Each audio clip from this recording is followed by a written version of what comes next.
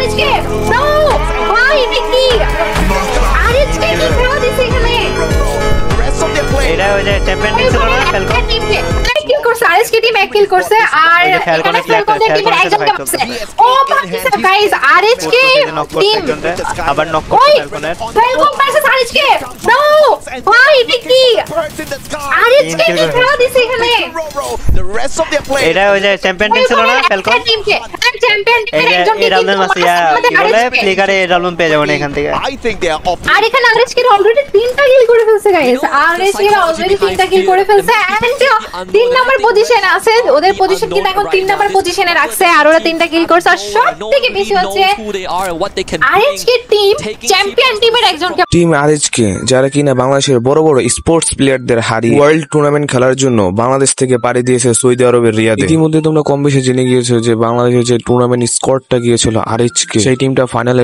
Qualify করতে পারেনি, সেই কারণে তারা বাদ হয়ে গিয়েছে। তারা দুঃখ এবং বেদনাদায়ক হলেও কথাটা সত্য।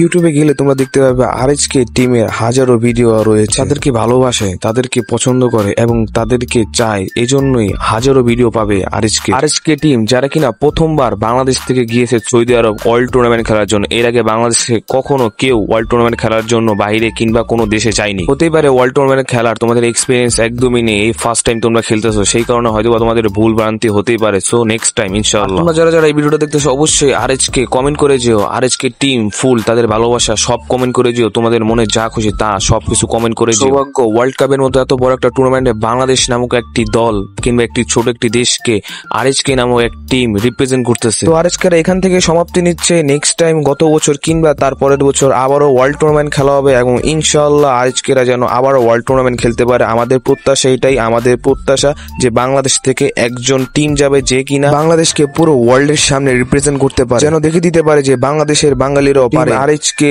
তোমাদের শুভকামনা রইল গত বছর কিংবা তার পরের বছর ইনশাআল্লাহ তোমরা আবারও যেন খেলতে পারো ওয়ার্ল্ড টুর্নামেন্ট। আজকের মতো ভিডিওটা এই পর্যন্তই, আমি এখানেই সমাপ্তি করছি। আল্লাহ হাফেজ।